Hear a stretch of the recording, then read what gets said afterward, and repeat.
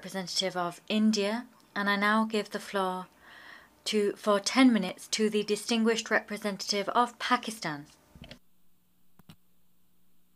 you, Mr. President. My delegation is exercising its right of reply in response to the statement made by the Indian representative. Jammu and Kashmir neither is a so-called integral part of India, nor is it India's internal matter.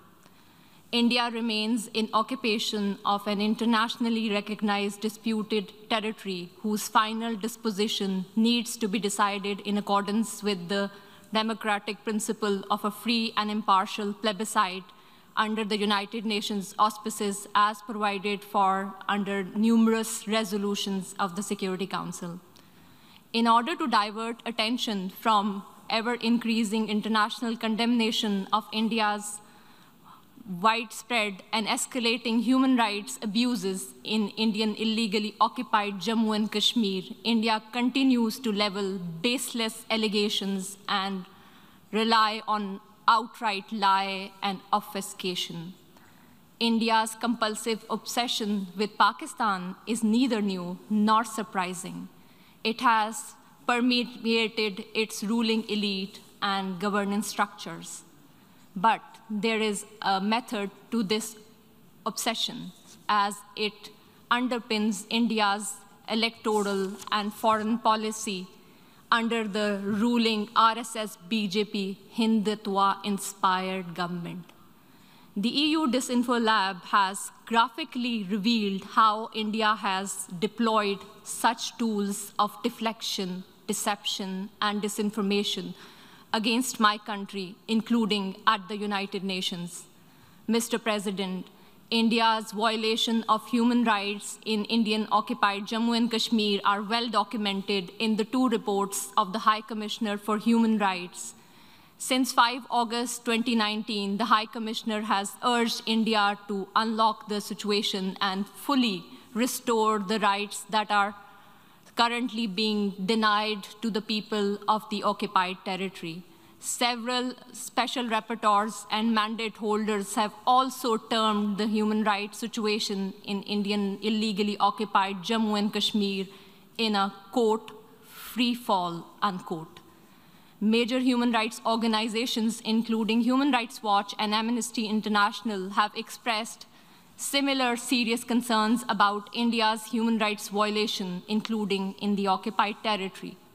Not surprisingly, Indian authorities have failed to respond to any of these communications. In fact, a witch hunt has been launched against those who dare to report these crimes. Only last year, Amnesty International ceased work in India, citing constant harassment at the hands of the government. The government of Pakistan has recently released a comprehensive and well-researched dossier containing the entire range of gross, systematic, and widespread violations of human rights being perpetrated by Indian security forces in the occupied territory. We call upon the international community to take cognizance of the compelling evidence and hold India accountable for the heinous crimes. If India has nothing to hide, it must accept a United Nations Commission of Inquiry and agree to implement the Security Council resolution stipulating a plebiscite to enable the people of Jammu and Kashmir to exercise their right to self-determination. Mr. President, as for India's use of the canard of terrorism, regurgitating stale arguments that are typical of all occupiers, let me emphasize that India itself is the principal perpetrator, sponsor, financer, and abettor of terrorism in the region. Today, India is involved in at least 4 different types of terrorism. First, India is resorting to state terrorism to suppress the people of Indian illegally occupied Jammu and Kashmir. Since 1989, Indian occupation forces have killed more than 96,000 Kashmiris, widowed around 23,000 women and used rape as a weapon of war and orphaned more than 108,000 children. Second, it is funding and supporting terrorist organizations like the TTP, which are involved in numerous cross-border terrorist attacks against Pakistani military and civilian targets. Over the last decade, thousands of Pakistanis have lost their lives or have been injured as a result of these Indian-sponsored terrorist attacks. Pakistan has shared irrefutable evidence of Indian involvement in supporting and sponsoring terrorism with the international community. Third, India is financing and organizing mercenary terrorist organizations against Pakistan to impede economic growth and prosperity of the region.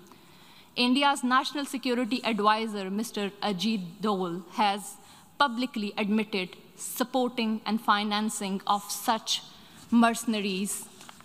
The captured Indian spy, Kulbhushan Jadhav, has also confessed to organizing such terrorism in Pakistan. Fourth, India is being guided by a supremacist ideology that has mainstreamed Islamophobia and bigotry against minorities, particularly Muslims, in its political discourse. The RSS is one of the oldest fascist movements in the world, enjoys state protection, patronage, and support by BJP, the ruling party in India. It was RSS which was responsible for pogrom in Gujarat in 2002, which killed over 2,000 innocent Muslim children, women, and men. These anti-Muslim pogroms were later repeated in Mumbai and Delhi. One cannot expect anything new from the purveyor of Hindutva.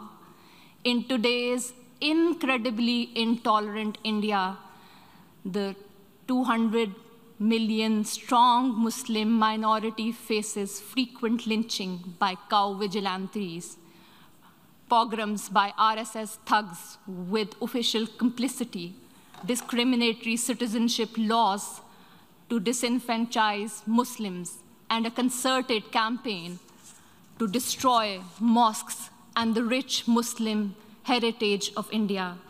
Mr. President, for the edifice of fascism is in an advanced stage of construction in India today. The Hindutva order of the ruling party has created an atmosphere of fear among all minorities, including Muslims, Christians, Sikhs, and Dalits. The Indian delegation would do well to reflect on the deeply troubling trajectory their state is embarked upon, rather than indulging in patent falsehood about Pakistan. India must realize that it has continuously and miserably failed to suppress Kashmiris living under its occupation from demanding their inalienable right to self-determination. I thank you. Je remercie l'honorable. I thank the distinguished representative of Pakistan.